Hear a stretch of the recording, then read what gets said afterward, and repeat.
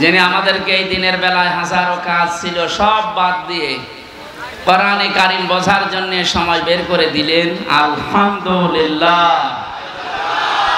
তিরমিজি শরীফের হাদিস, নবীজি বলেন, মসজিদে নববীতে প্রবেশ করে দেখি বামে কিছু মানুষ আল্লাহর জিকির করছে, ডান দিকে তাকালাম দেখলাম কিছু মানুষ আল্লাহর কোরআনে কারীম নিয়ে আলোচনা করছে। নবীজি বললেন, দুইটা দল ভালো কাজে আছে, তবে সবচাইতে উত্তম কাজে আছে আল্লাহর কাছে তারা যারা কোরআনে কারীম নিয়ে ব্যস্ত আছে। এই মুহূর্তে আমার মালিক আমাকে নির্দেশ দিয়েছেন আমি যেন কোরআনে কারীমের এই জায়গায় শ্রোতা হিসাবে বসে তাদের আলোচনায় লিপ্ত হই। কুষ্টিয়াবাসী, আপনি খেয়াল করলেন কি বললাম? মুহাম্মাদুর রাসূলুল্লাহ সাল্লাল্লাহু আলাইহি ওয়াসাল্লাম উনি যদি এখন জীবিত থাকতেন আর এই কুষ্টিয়ার এই জেলার উপর দিয়ে হেঁটে যেতেন, এ বাঁশগ্রাম কলেজ ময়দানে কোরআনের আলোচনায় তিনিও শ্রোতা হয়ে আমাদের সাথে বসে পড়তেন। এটা হামসার কারণে, আবুল হাসেমের কারণে, কিসের কারণে বলেন তো? কোরআনের কারণে। যে জায়গায় নবী বসতেন ওই জায়গায় আমি আপনি এখন বসে আছি, কত দামি জায়গা এটা! আর একবার বলেন আলহামদুলিল্লাহ। আল্লাহ রাব্বুল আলামিন বলেন, লাইন শাকারতুম লাযিদান্নাকুম ওয়া লাইন কাফারতুম ইন্না আযাবি লাশাদীদ।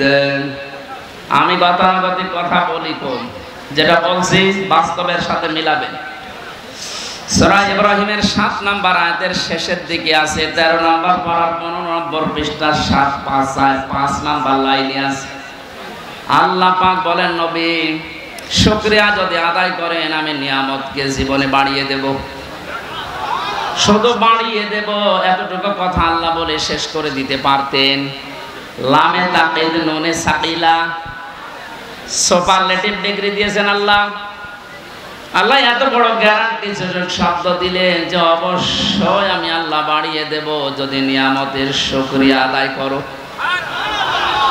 জন্মের পর থেকে বাক্যটা আমরা শুনছি, আল্লাহর এই আয়াতটা, আমরা মনে করি নিয়ামতের শুকরিয়া মানে টোটি পর্যন্ত খেয়ে একেবারে ঢেকর তুলে বলবো আলহামদুলিল্লাহ, হয়ে গেল নাকি?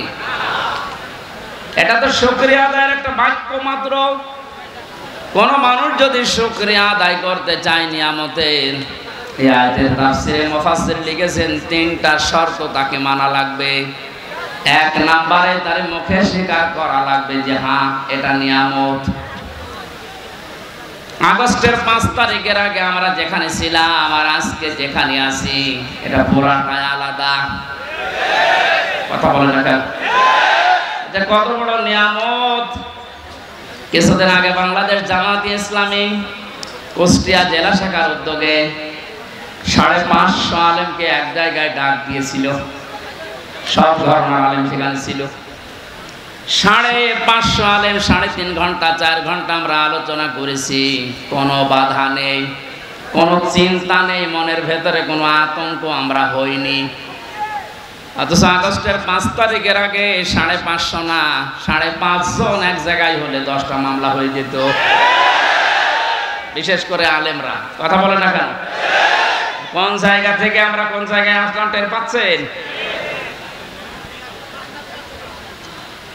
পরাধীন এবং স্বাধীন দুইটা শব্দ। স্বাধীন দেশে বসবাস করে আমরা অনেকেই এতদিন পরাধীন। এখন যেহেতু স্বাধীনতার কিছুটা সুখ পেয়েছি, এই জন্য নিয়ামত হিসাবে মনে করছি, আমরা স্বীকার করে নিলাম যে হ্যাঁ এ মুক্ত জীবন এটা নিয়ামত। দ্বিতীয় নম্বর, আপনার মনের ভেতরে একটা আনন্দ লাগবে, যেটা আমার লাগছে, কিন্তু এদেশে সবার এই আনন্দ লাগছে না।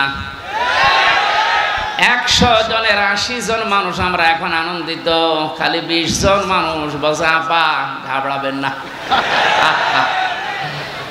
২০ জনের অবস্থা এরকম, আপা ঘাবড়াবেন না। আপনি ঘাবড়ালে আমরা নরম হয়ে যাই। এর সংখ্যা কয়জন? মাত্র ২০ জন।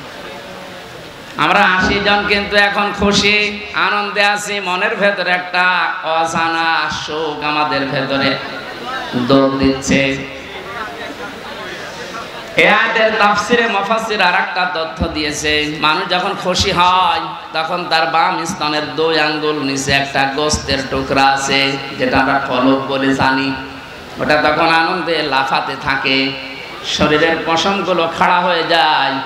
আল্লাহ পাক বলেন, আমার সালাম নামের খাতিরে তাদের ভেতরে একটা শান্তির বাতাস আমি বইয়ে দেই। জোরে বলেন আলহামদুলিল্লাহ। আমি আমার ঈমান থেকে বলছি, এটা আমি পেয়েছি, সুতরাং 2 নাম্বার শর্ত হয়ে গেছে পূরণ। 3 নাম্বারটা কি? যে জন্য নিয়ামতটা পেয়েছি ওই কাজটা ওই জায়গায় পৌঁছিয়ে দেওয়া লাগবে। বৈষম্য বিরোধী ছাত্র আন্দোলন আপনি লিখে দিয়েছেন পোস্টারের উপরে, শহীদদের আত্মার মাগফিরাত কামনায় আয়োজন। ওরা যে 9টা দাবি নিয়ে 1000-এর উপরে দেশে জীবন দিয়ে গেল, যে উদ্দেশ্য নিয়ে জীবন দিয়েছে ওই উদ্দেশ্যকে পূর্ণতায় পৌঁছাতে হলে আল্লাহর এই কালাম লাগবে। মান ক্বালা বিহি সাদাকা, যারা কোরআন দিয়ে কথা বলে এরা সত্য কথা বলে। আমান হাকামা বিহি আদালা, কোরআন দিয়ে যারা বিচার করে নবীজি বলেন এরাই ন্যায় বিচার কায়েম করতে পারে। 53 বছর কোরআনে কারিমের বিচার এদেশে এখনো পর্যন্ত আমরা দেখিনি। এই জন্য ন্যায় বিচার শুধু নামে শুনেছি, পাইনি।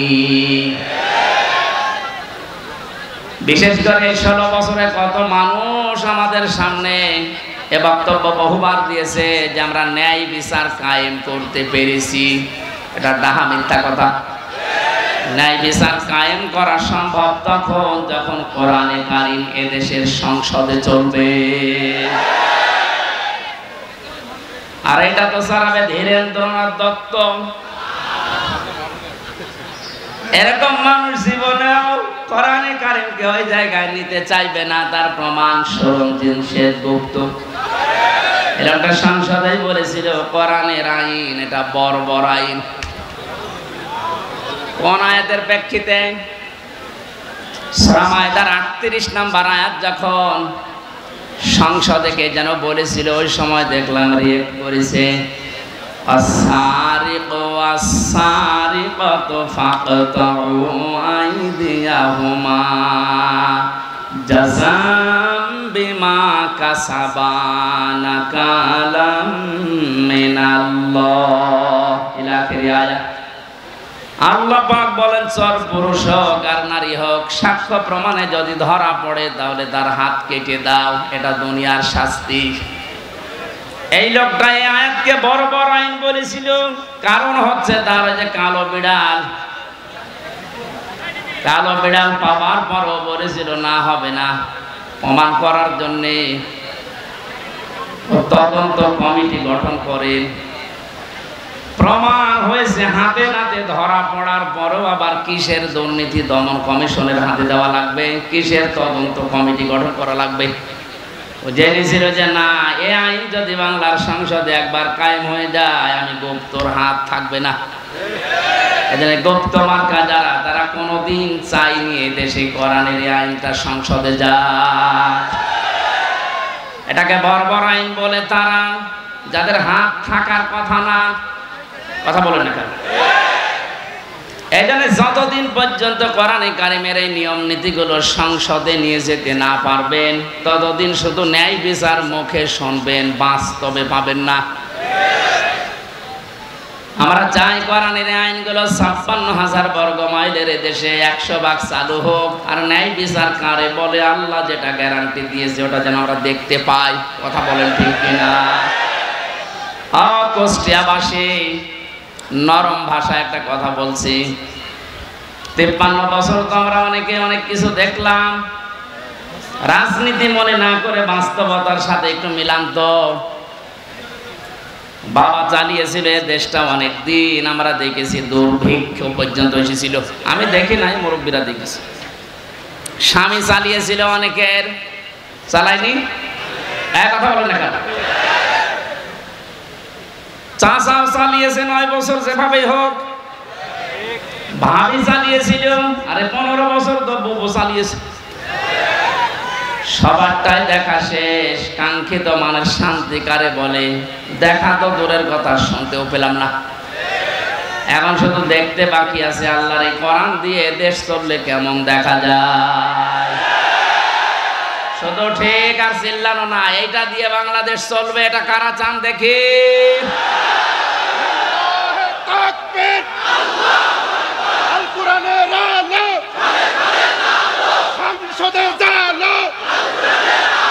বাংলাদেশ জামাত ইসলামী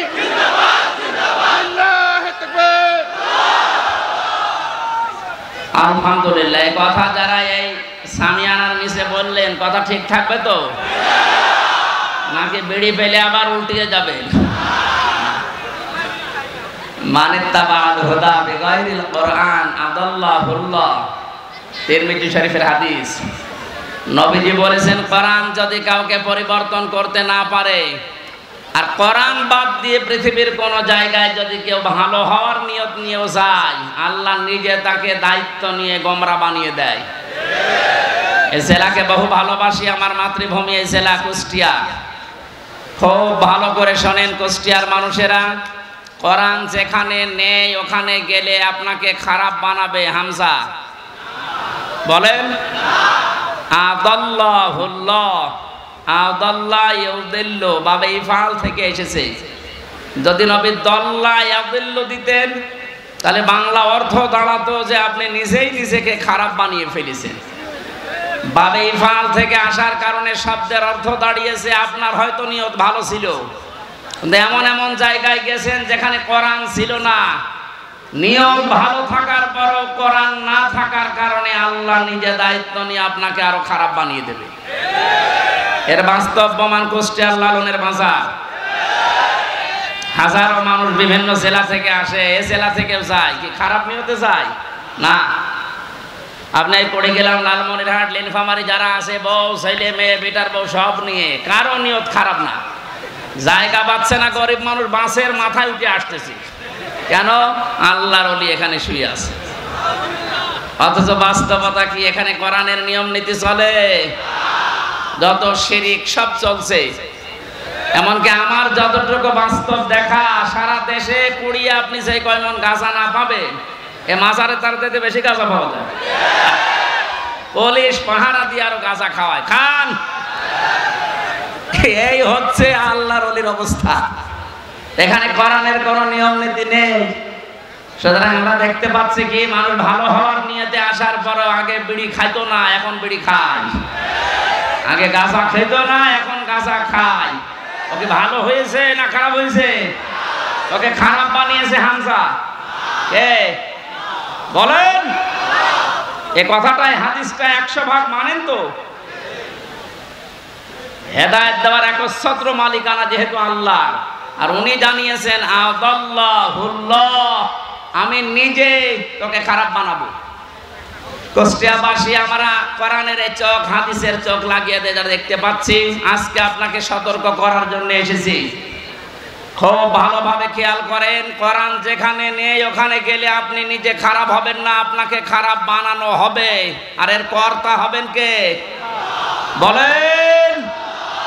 সুতরাং এটা বিশ্বাস যদি 100 ভাগ করে থাকেন, সিদ্ধান্ত নেওয়া যায় না যে কোরআন যেখানে নেই ওখানে আমি যাব না। বলেন, আর নিচে নামবো? ঠিক আছে, নামলাম। তাহলে আজকে থেকে আর একটা সিদ্ধান্ত নিয়ে কোরআনের মাহফিল থেকে বিদায় নেওয়া লাগবে। এই বাংলাদেশে যত রাজনৈতিক দল আছে, যে দলে কোরআন নেই, কোরআনের কর্মসূচি নেই, ওই দলের প্রতিষ্ঠাতা আমার বাবা হলেও আমি ওখানে নেই। এটা ঠিক রাখবেন কারা দেখি? লিল্লাহে তাকবীর। এই আন্দাজ হাত তুলবেন না, দেখেন তো হাত তোলেনি কে, দেখেন তো।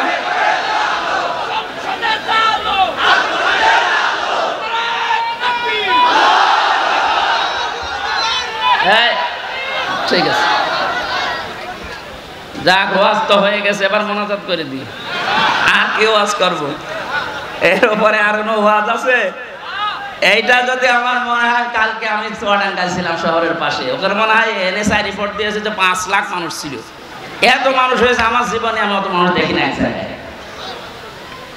কালকে ওই জায়গায় যে হাত তুলেছে, আমার মনে হয় মানুষগুলো যদি আগামী সময়ে এই কথাটা ঠিক রাখে যে যেখানে কোরআন নেই সেখানে আমি নেই, তাহলে এই দেশে আমার মনে হয় কয়েকটা দল বাদ দিয়ে বাকিগুলো সব আউট হয়ে যাওয়ার কথা। এই 5 লাখ মানুষ কালকে হাত তুলেছে, এর ভেতরে অন্তত যদি 1.5 লাখও ঠিক রাখে, তাও তো ওই আসনটা অন্তত কোরআনের হাতে চলে যায়। 1.5 লাখও ঠিক রাখবে না, দেখবেন বিড়ি আর বাকি জিনিস সব আল্লাহর রাস্তায় চলে গেছে। আমরা কুষ্টিয়ার মানুষ, আমরা চুয়াডাঙ্গা না, আমার চরিত্র অত ঝামেলা নেই, আমরা ইনশাল্লাহ ঠিক রাখবো। বলেন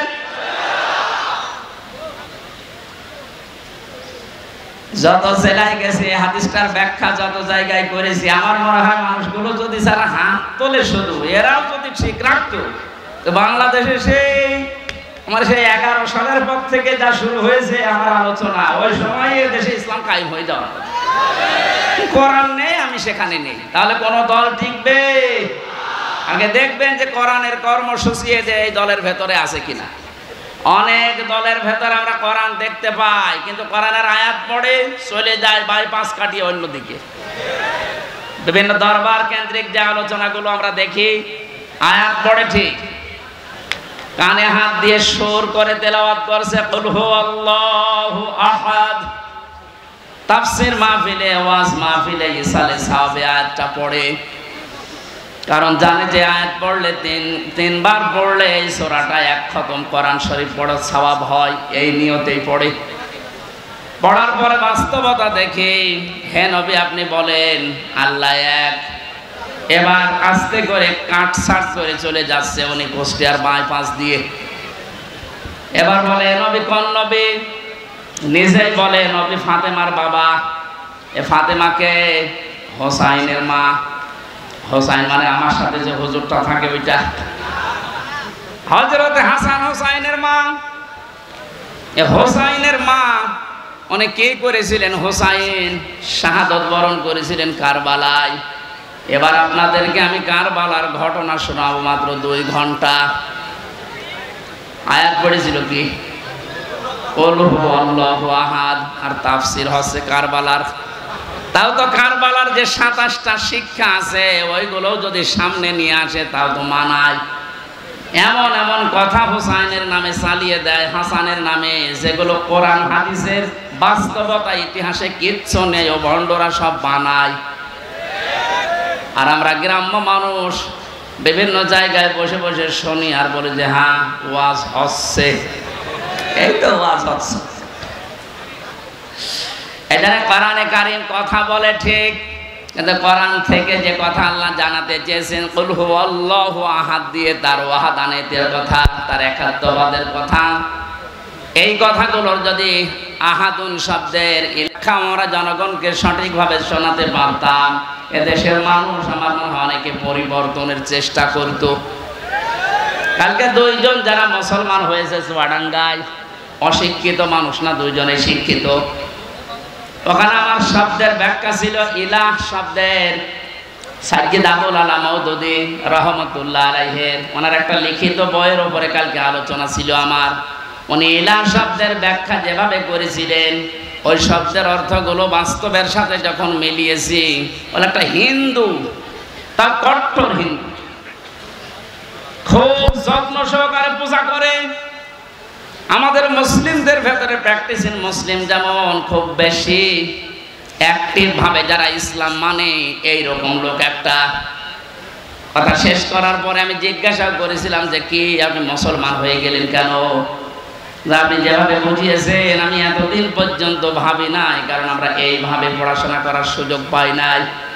আমাদের যে ধর্ম, ওই ধর্মে আমাদের কিতাবগুলো আমাদের পণ্ডিতরা ছাড়া, ধর্মের গুরু ছাড়া আমাদের পড়তে দেয় না।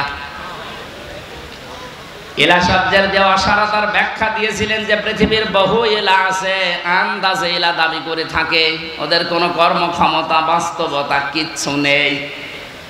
শেষ পর্যন্ত আমার বিবেকে নাড়া দিয়েছে, এই সত্যকে সত্য না মেনে মারা গেলে আমি নিজেকে ক্ষমা করতে পারবো না। দেন আপনি আমার ইসলামে দীক্ষিত করে দেন, জোরে বলেন সুবহানাল্লাহ।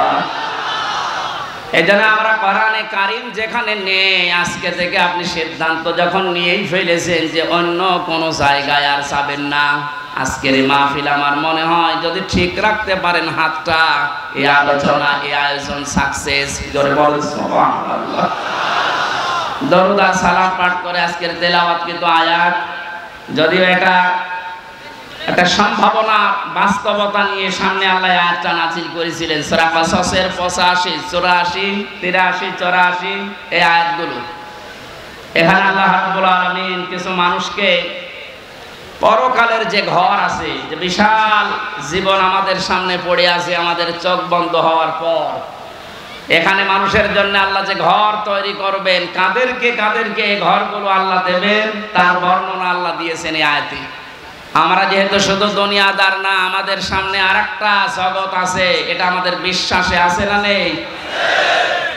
কুল্লু নাফসিন যায়িকাতুল মাউত ওয়া ইন্নামা তুওয়াফাউনা উজুরাকুম ইয়াওমাল কিয়ামাহ ফামান যুহজিহা আনিন নার ওয়া উদখিলাল জান্নাতা ফাকাদ ফাজ ওয়া মাল হায়াতুদ দুনিয়া ইল্লা মাতাউল গুরুর। কুষ্টিয়াবাসী সূরা আলে ইমরানের 85 নাম্বার 185 নাম্বার আয়াতটার দিকে তাকান।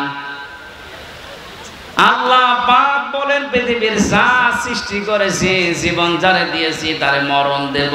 সবাইকে একদিন মারা লাগবে। মারা যাওয়ার পরে দুনিয়ার জীবনে যে যা করেছে তার পারিশ্রমিক উজরত পুরস্কার আমি পরিপূর্ণ করে দেব। আমার তো মনে হয় একজন মানুষ যারা আল্লাহর প্রতি, পরকালের প্রতি বিশ্বাস হালকা পাতলাও আছে, এই মানুষের জীবনে আয়াতের দ্বারাই পরিবর্তন হয়ে যাওয়া সম্ভব। যে আমি যত কিছুই করি, তাল বাহানা যাই করি, আমার কিন্তু মরা লাগবে, এ বিশ্বাস মানুষের ভেতরে 100% তৈরি হলে ওর জীবন পরিচ্ছন্ন হতে আস্তে আস্তে সম্ভব। কারণ সে যা করছে এটা কিন্তু বাদ যাবে না। ফামাই ইয়ামাল মিসকালা দাররাতিন খায়রান ইয়ারা ওয়া মাই ইয়ামাল মিসকালা দাররাতিন শাররান ইয়ারা। কোন মানুষ যদি যাররা পরিমাণও ভালো মন্দ কাজ করে দুনিয়ায়, কিয়ামতের দিন সে পাবে কি পাবে? এর আগে যত তাফসীর আমি দেখেছি, পুরাতন ওল্ড তাফসীর, মুফাসসিরে গ্রামে ইয়ারা শব্দের ব্যাখ্যায় দিয়েছেন যে কিয়ামতের দিন আপনাকে দেওয়া হবে, এতটুকুই শেষ। আধুনিক তাফসীর যারা বের করছেন, দেওয়া হবে এখানে লেখা নেই। ইয়ারা মানে চোখ দিয়ে দেখা। দুনিয়াতে আপনি ভালো মন্দ যাই করেন না কেন, যতটুকু করেন, কিয়ামতের ময়দানে ওইটা আপনাকে ভিডিও ক্লিপ আকারে আল্লাহ দেখাবে। জোরে বলেন আল্লাহু আকবার। এটা যদি 100% কেউ বিশ্বাস করে, সে নিজের স্ত্রী বাদ দিয়ে কোনোদিন হোটেলে রাত কাটাবে? এদেশে কাটাচ্ছে না? কথা বলেন না কেন? 5 তারিখের পর থেকে আজকে এই 9 তারিখ, এই কয়েকদিনের ভেতরে আপনি দেখেছেন কি অবস্থা। যত যত বড় বড় মহারথী দেখতাম, ওদের চরিত্রতে এত নিচে নামতে পারে আমার বিশ্বাস ছিল না। বিশেষ করে দরবেশ বলে এত নিচে নামবে, অন্যের বউ ভাগিয়ে উল্টা পাল্টা কাজ চালিয়ে যাচ্ছে। দাড়ি কেটে নম হয়ে গেছে, তাহলে বোঝা যাচ্ছে ওরা দাড়ি, এটা আসল দাড়ি না, জনগণকে ধোঁকা দিয়ে বোকা বানিয়ে টাকা পয়সা আত্মসাৎ করার দাড়ি এটা। অনেকে বিভিন্ন রকম এরকম মেকি কাজ করে আমি দেখেছি। কুষ্টিয়ানা হালসায় যেন ওই যে 12 সাল 11 সালের দিকে এক দোকানে তেল নিচ্ছে এক লোক, দেখলাম বারবার তেলে মাপে কম দেয়। ঘুরে এসে ওরা বললাম, চাচা আপনি একটা কাজ করলেন কেন? আপনি বারবার তেল মেপে দেন, ওই লোকটা তো বসে নাই, একটু আলাপ হলা। তা আপনি এসে তো টের পান যে কি করলেন। কিছুক্ষণ আগে নামাজ পড়ে আসলেন, টুপি এখন আপনার মাথায় আছে, আর আপনি বারবার ওজনে কম দিচ্ছেন। নামাজ পড়ার এই হাল। পকেট থেকে একটা সাদা টুপি বের করে বলছে, বেশি বছর এটা আমার তেল বেচা টুপি, আর এটা নামাজ পড়া টুপি। আমার মনে হয় দোকানদার যা করেছিল, এই 15 বছর পরে দরবেশ ঠিক এইটাই করেছে। বৃষ্টি হচ্ছে নাকি?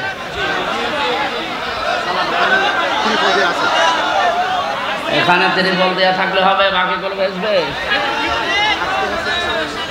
সুবহানাল্লাহ আলহামদুলিল্লাহ লা ইলাহা ইল্লাল্লাহ। এই কিছু মানুষ বাড়ি চলে যান, যারা ভিজে যাচ্ছেন বাড়ি চলে যান। এর ভেতরে যারা আছে অন্তত পানিতে ভিজবে না তারা থাকেন, বাকিগুলো বাড়ি চলে যান। কালকে ইউটিউব থেকে নামিয়ে নেবেন, যান বাড়ি চলে যান। তো যায় না দেখছেন।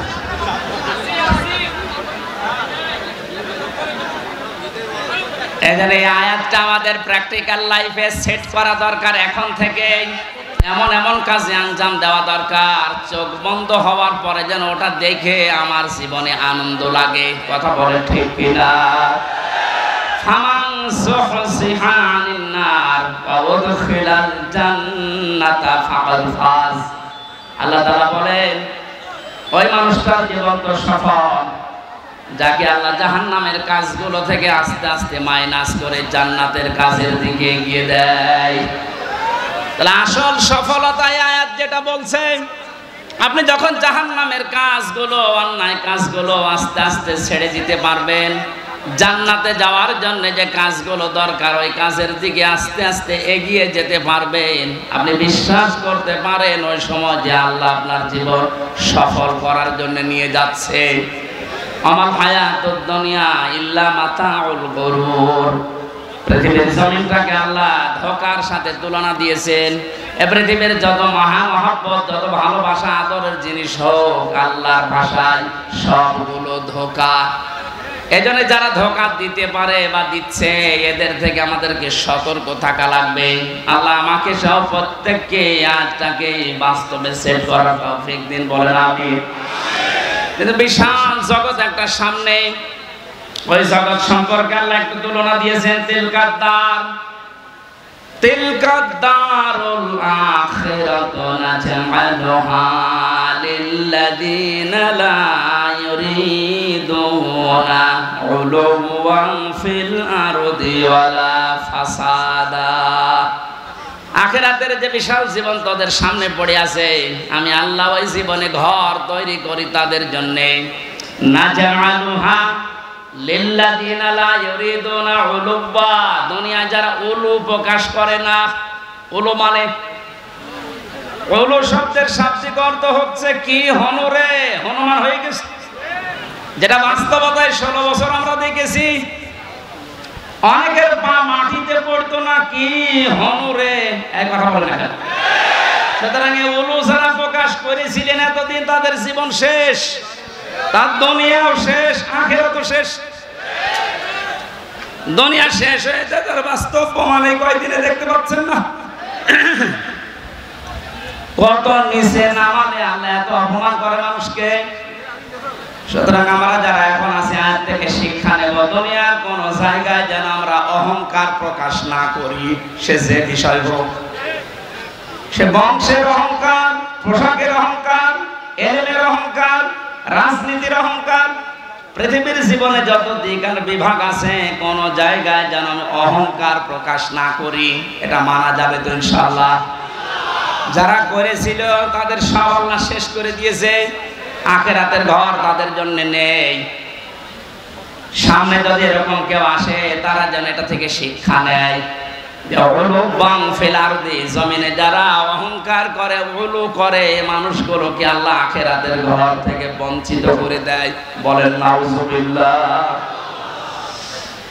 যারা করেছিল তাদের থেকে যদি আপনি এখান থেকে শিক্ষা নিতে না পারেন, আপনাকে শয়তান কিন্তু পেঁচিয়ে ধরবে, জড়িয়ে ধরবে, অ্যাক্টিভ ভাবে আবার নিয়ে আসার চেষ্টা চালাবে। এটা আমাদের উচিত হচ্ছে আমরা দুনিয়াতে যাই কয়দিন আছি, আমরা উলু প্রকাশ করব না ইনশাআল্লাহ। ওয়ালা ফাসাদা, আল্লাহ বলেন 2 নম্বরে মানুষগুলো দুনিয়ার জীবনে বিশৃঙ্খলা সৃষ্টির চেষ্টা চালাবে না। এই আয়াতটা বাস্তবে আজ মিলালাম। আগস্টের 5 তারিখ থেকে আজকের এই সেপ্টেম্বরের 9 তারিখ পর্যন্ত প্রায় 11টা বিশৃঙ্খলা তৈরির জন্য অনেকেই চেষ্টা চালিয়েছে, এখনো চলছে। যারা এগুলো করেছিলেন আপনারা থামবেন, আর কেউ যদি চেষ্টা চালান সামনে, আপনি ওখানে এখনই থামেন। দুনিয়ার জীবন শেষ করে ফেললেন, আখিরাতের ঘর আপনি হারিয়ে ফেললেন। আপনার জন্য আমাদের আফসোস হয়। আমি সেদিন সেলাইদা বাজার মাঠ না কোন জায়গায় যেন বলেছিলাম, অনেকে বলছে হুজুর ওদের মাফ করে দেন না, মাফ নাই আমি করে দিলাম। কিন্তু আল্লাহ রাব্বুল আলামিনের কোরআনে কারীম জানিয়েছে যারা জুলুম করেছেন পৃথিবীতে মানুষের উপরে, তারা কিন্তু হামজার মামলার আসামি না, তারা আল্লাহর মামলার আসামি। সূরা শুরার 42 নম্বর আয়াত প্রথম অংশ 25 নম্বর পারার 6 নম্বর পৃষ্ঠার 12-13 নম্বর লাইনে আছে, ইন্নামাস সাবিলু আলাল্লাযীনা ইয়াজলিমুনান নাস। অবশ্যই যারা মানুষ হয়ে মানুষের উপরে জুলুম করছে, করবে, এটা মোজারে, বর্তমান, ভবিষ্যৎ, প্রেজেন্ট, ফিউচার। এখন যারা জুলুম করছেন, 5 তারিখের পর থেকে জালেম বিদায় হওয়ার পরেও আমরা দেখলাম অনেকেই আবেগে বা নির্যাতনের শিকার হয়েছিলেন, এই কন্ট্রোল না করতে পেরে জুলুমের খাতায় নাম লিখিয়েছেন। এটা আপনি ঠিক করেননি, থামেন। ওরা জালেম হয়ে দুনিয়া আখিরাত সব নষ্ট করে ফেললো, আপনিও যদি ওদের পথ অবলম্বন করে নিজের দুনিয়া আখিরাত ধ্বংস করে ফেলেন, ওদের ভেতরে আমাদের ভেতরে পার্থক্য থাকলো কি বলেন? আমাদের উচিত হবে আমরা যেন কোনো মানুষের উপরে জুলুম না করি, কারণ জুলুম যে করে এটা এত ঘৃণিত শব্দ। আল্লাহ বলেন আমি নিজে তার নামে মামলা দায়ের করব। ব্যারিস্টার আরমান এবং আমান আজমি ভাই সহ যত মানুষ এখন আস্তে আস্তে জুলুমের শিকার থেকে বের হচ্ছে, এদের যে বর্ণনাগুলো, এ বর্ণনা শুনলেই বোঝা যাচ্ছে তাদের উপরে জুলুম হয়নি। আসতে বলেন, যারা এই জুলুমের সাথে জড়িত এখনো পর্যন্ত যদি এই সঠিকটা জানার পরেও, স্পষ্ট দেখার পরেও কেউ জালেমের সাফাই গায়, জালেমের পক্ষে অবলম্বন করে, জালেমকে ভালোবাসে, সাহায্য করে, সহযোগিতা করে, জালেমকে আবার চেষ্টা চালায় প্রতিষ্ঠিত করার, তিরমিজি শরীফের হাদিস অনুযায়ী নবীজি বলেন সে আমার উম্মত থেকে বের হয়ে যায়। এই জন্য আমরা যেন এরকম কিছু না করি, যেন ওর উম্মতি আমি থাকতে পারি না, দুনিয়া আমার শেষ, আখিরাতও যেন ধ্বংস হয়ে না যায়। এই আয়াত থেকে আমার যে বিশ্বাস, বাংলাদেশে 1628 জন মানুষ মেন দায়িত্বে ছিল যারা সরাসরি জুলুমের সাথে জড়িত। কথা বলে না? একেবারে উপর থেকে শুরু করে আমার ইউনিয়নের চেয়ারম্যান, আমার ইউনিয়ন বলা ঠিক হবে না, অন্য ইউনিয়ন বলি, কারণ এটা রেকর্ড হচ্ছে, সমস্যা হবে। 1628 জন মানুষ মেন দায়িত্বে ছিলেন। আপনারা একটাও জুলুম থেকে মুক্ত না, প্রত্যেকেই জালেম। এদেশের মানুষ যদি আপনাকে কিছু নাও বলে, আপনি আল্লাহর মামলার আসামি। এক কথা বলেন না কেন? দুনিয়া তো শেষ করে ফেলেছেন, পরকালে আল্লাহ নিজে মামলা দেবে আপনার নামে। আপনাকে কোনোদিন চিন্তা আনতে পারেন যে আল্লাহর মামলার যে লোকটা আসামি তার পক্ষ আমি অবলম্বন করি কি করে? আমার একটা মূল্যচুরি মামলা ছিল জানেন, পরে যদি সাজাও লাগিয়ে দিত তাও আমি 3 মাস সর্বোচ্চ জেল খাটতাম। অথচ বিনা কারণে বিনা অপরাধে মামলাটা দিয়ে 3টা বছর আমারে আটকে রাখলেন। এই মামলা যেহেতু রাষ্ট্র দিয়েছে, হাসিনা দিয়েছে, এই কারণে আমার পক্ষে কেউ দাঁড়াতেও সাহস পেত না। না, ওর পক্ষে দাঁড়িয়ে আমার ওকালতি আমি হারাবো। দেখেন তো, রাষ্ট্র বিরোধী, এজন্য আমার পক্ষে কেউ নেই। কিয়ামতের ময়দানে আল্লাহ নিজে রায় দেবেন, আলাইসাল্লাহু বিআহকামিল হাকিমিন, সব চাইতে বড় বিচারপতি তিনি। তিনি নিজে মামলার বাদী, নিজে রায় দেবেন। আপনি তো বিচার সঠিক যদি আল্লাহ তো 100 ভাগ করবে, আপনার কি বিশ্বাস হয় যে আপনি বাঁচতে পারবেন? আসতে বলেন। এখন যদি আপনি স্বীকার করেন যে না আমি বাঁচতে পারবো না, এমনকি যারে সাপোর্ট করছি সে তো ধরা খেয়ে বসে আছে, কারণ বড় জালেম, বলেন হাতে পায়ে ধরছি, আপনার সময় এখনো শেষ হয়ে যায়নি। জালেমেরা আর সাপোর্ট না করে ফিরে আসেন। এখনো ইসলামের দরজা খোলা আছে, আপনাকে বুকে নেওয়ার জন্য হাজারো মানুষ আছে। গতকালকের রিপোর্ট 2200 মানুষ এক জায়গায় দেখেছে জালেমের সাপোর্ট বাদ দিয়ে ওরা ইসলাম অলরেডি কবুল করেছে। তাহলে ওরা এতদিন জানতো যে আমরা নামে মুসলমান কামে মুসলমান ছিলাম না। আর ওই হাদিসের ব্যাখ্যা যেহেতু জেনেছে জালেমের সাপোর্ট করলে সে নবীর উম্মত থাকে না, এই হিসাবে মনে করেছে আমি তো নবীর উম্মত ছিলাম না, এখন নতুন করে উম্মত হব। আপনাদেরকে এটা মিডিয়ার আকারে যাচ্ছে, সারা দেশে কালকে ছড়াবে। জালেমদের দোসর এতদিন যারা ছিলেন, জুলুম অত্যাচারের সঙ্গে ছিলেন বিভিন্ন কায়দায়, আমার মামলার যে আয়ু থেকে শুরু করে একেবারে হাসিনা পর্যন্ত প্রত্যেকে জড়িত। কারণ বহু জায়গায় যাওয়ার পরে বলে না হাত বাঁধা। কয়েকদিন আগে আমার মামলা ঢিসমিস করে দিয়েছে আদালত। আমার মামলাটা দেখার পরে বলছে কি দেখে মামলা করব, কোনো মাল নেই। আমি আদালতে দাঁড়িয়েছিলাম, বলতে গেলাম যে মাননীয় আদালতে 3টা বছর আপনার কাছে তো মামলা ছিল, এতদিন তো আপনি বলেননি যে এর ভেতরে কোনো মাল ম্যাটারেস নেই, কি দেখে মামলা আজকে বলছেন? মানে আমার মনে হয় বলতো এই কথা যে কি করবো হুজুর, হাত বাঁধা ছিল। আজ হাত খোলা পেয়েছি, এখন আর কোনো ভয় নেই, কোনো টান নেই, কোনো চিন্তাও নেই, যান খালাস। এখান থেকে আমি 2টা বিষয় বের করেছি। আমাকে খালাস দিল মানে আমি নির্দোষ। একবার বলো না, আমার এই মোবাইলটাও ফেরত দিয়েছে 3 বছর পর। এটা তন্ন তন্ন করে খুঁজেছে যে মামলা দিয়েছিল তার সাথে কিছু পাওয়া যায় কিনা দেখি। দ্বিতীয় নম্বরে আমার বাড়ি, গ্রামের বাড়ি হালসা পর্যন্ত সব খোঁজ খবর নিয়েছে। খোঁজ খবর নিয়ে ভালো হয়েছে, দেখছে 14 বংশ আওয়ামী লীগ করে, ওইটাই কিছু পাইনি। এখন যেহেতু হাত খোলা, আপনি এখন রায় দিয়ে জানিয়ে দিলেন দুনিয়ার মানুষকে যে হামজার কোনো দোষ নেই, বিনা কারণে 3 বছর জেলে ছিল। তাহলে এখন আমার বিচারটা নেন। আমাকে 3টা বছর বিনা কারণে যারা কষ্ট দিলেন জেলের ভেতরে, যারা এর সাথে জড়িত একবারে উপর থেকে মামলার আয়ু পর্যন্ত, প্রত্যেকে আমি 3 বছর জেলে দেখতে চাই। তাও জেল মানে জেলা শহরের জেল না, হাই সিকিউরিটি জেল, যেটা কাশিমপুর কারাগারে ফাঁসির কন্ডেম সেলের ভেতরে রেখে দেয়। আমি আপনাদের ওখানে রাখতে চাই 3 বছর। বেশি দিন চালিয়েছিল, পারে না, হালে পানি নেয়নি। কারণ বাংলাদেশ জামাত ইসলামীর শ্রদ্ধাভাজন আমির ডাক্তার শফিকুর রহমান ঘোষণা দিয়ে দিয়েছে এদেশে সংখ্যালঘু সংখ্যাগুরু বলে কিছু নেই। বলেন 96% মুসলমান আমরা, তাতে কি হয়েছে? আমির হামজা আমার কাছে যেমন, ওই রনি গোপালও আমার কাছে ওই রকম, কোনো পার্থক্য নাই দুইজনের। সুতরাং এই কু তৈরি করে ওরা যখন পারে না, তখন চালিয়েছিল প্রধান বিচারপতিকে দিয়ে একটা তোড়জোড় তৈরি করে এই দেশকে অস্থিতিশীল করার জন্য, কিন্তু পারে না। এরপরে লাগিয়েছে আনসার। কিসের আনসার?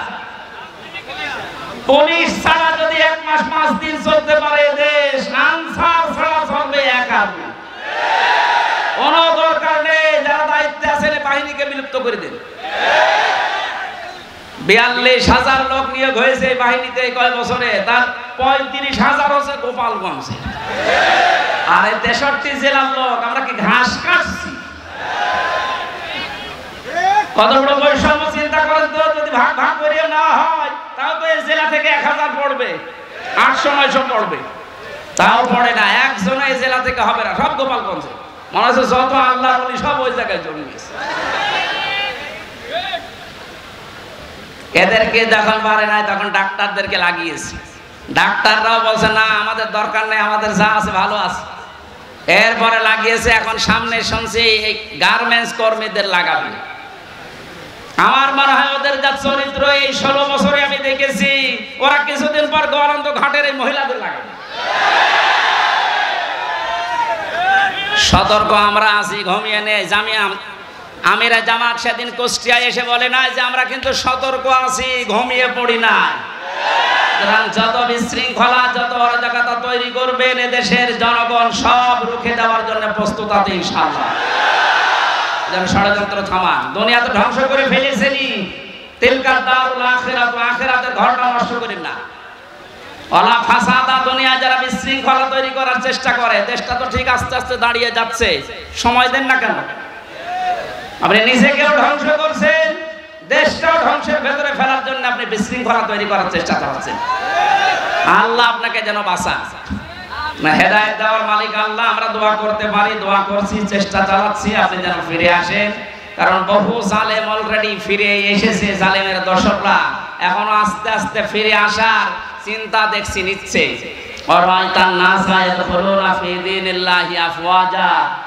আল্লাহর সাহায্য যখন আসবে, বিজয় তখন আসবে। আমরা বিজয়ের প্রথম ধাপ দেখতে পাচ্ছি, দলে দলে পালে পালে মানুষ আজ ইসলামে আসতেছে। জোরে বলেন আল্লাহু আকবার। এ ধারা অব্যাহত থাকুক। কিছুদিন পরে দেখবেন এ দেশে 100 ভাগের 51 ভাগ মানুষ যদি চায় যে রাষ্ট্র এই কোরআন দিয়ে চলুক, কোনো মহারতে আর বাধা দিয়ে ঠেকাতে পারবে না। আমরা ওইটাই দেখতে চাচ্ছি সামনে। কথা বলেন ঠিক কিনা? সম্মানিত মা বোনেরা, কোনো জুজুর ভয় পাবেন না। আমিরে জামাত অলরেডি ঘোষণা দিয়েছে, মেয়েদেরকে জুজুর ভয় দেখিয়ে ইসলামী আন্দোলন একামতে দিন সম্পর্কে উল্টাপাল্টা ধারণা দেয় দেশের রাম আর বামরা। কি করেছে আপনার পক্ষে 13টা সংগঠন? নারী পক্ষ, নারী স্বাধীনতা আন্দোলন, নারী বিপ্লব পরিষদ, নারী মুক্তি পরিষদ, কত নাম দেখেন তো। কোন নারীর গ্যারান্টি আছে দেশে? ইসলামের হাতে দিয়ে দেখেন, আপনি গ্যারান্টি পাবেন ইনশাআল্লাহ। বলেন ইনশাআল্লাহ। আল-আকিবাতুল মুত্তাকিন, যারা তাকওয়া অবলম্বন করে চলবে, যেখানে যেই জিনিস বসানো দরকার ওই জিনিস ওখানে বসাবে, এই মানুষগুলোর পরিণাম শুভ। আল্লাহ নিজে বলছেন আল-আকিবাতুল মুত্তাকিন। এটা যেন আমরা চর্মচোখে এই শুভ পরিণাম দেখে মরতে পারি। আমিন। মাগরিবের পরে আলোচনা আছে যে ভেড়া মারা, এই জন্য শেষ করে দিচ্ছি। আল্লাহুম্মা আমিন।